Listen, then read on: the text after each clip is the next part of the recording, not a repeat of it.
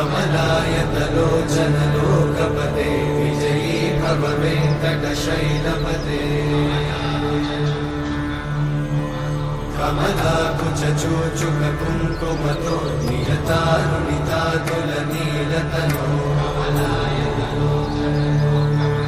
कमलायतलोचन लोकपते विजयी भव वेङ्कटशैलपते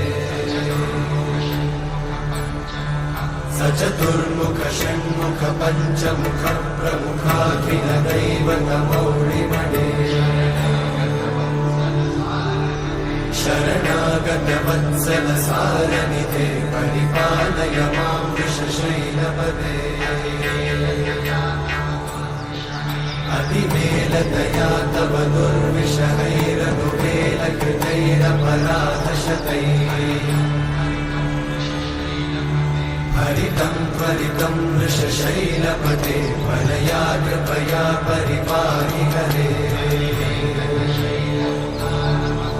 अधिवेङ्कटशैलमुदारमते जनताभिमताधिकदानरता परदेवतया गदितान्निगमै कमलादयितान्न परं कलये कलवेणुरमावशतोपवधूषणकोटिमृतात् स्मरकोटिसमा प्रतिवल्लविकाभिमतात् सुखदात् वसुदेवसुतान्न परं कलये अभिरामगुणाकरदाशरथे जगदेकधनुर्धरधीरमते रघुनायक राम रमेश विभो वरदो भवदेव दयाचलधे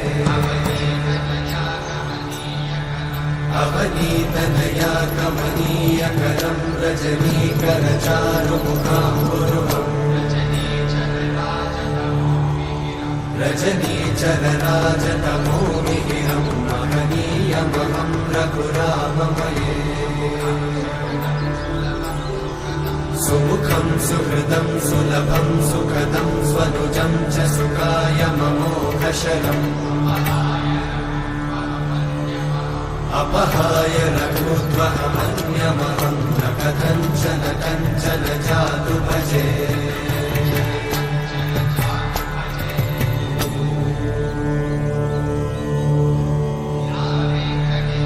विना वेङ्कटेशं ननाथो ननाथः सदा वेङ्कटेशं स्मरामि स्मरामि हरे वेङ्कटेशं प्रसीद प्रसीद प्रियं वेङ्कटेशं प्रयच्छ प्रयच्छ विना वेङ्कटेशं ननाथो ननाथः सदा वेङ्कटेशं स्मरामि स्मरामि हरे वेङ्कटेशं प्रसीद प्रसीद प्रियं वेङ्कटेशं प्रयच्छ प्रयच्छ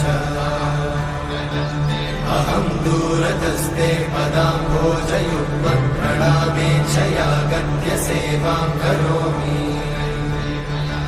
सकृत्सेवया नित्यसेवाफलं त्वं प्रयच्छ प्रयच्छ प्रभो वेङ्कटेश अज्ञानिना मया दोषान्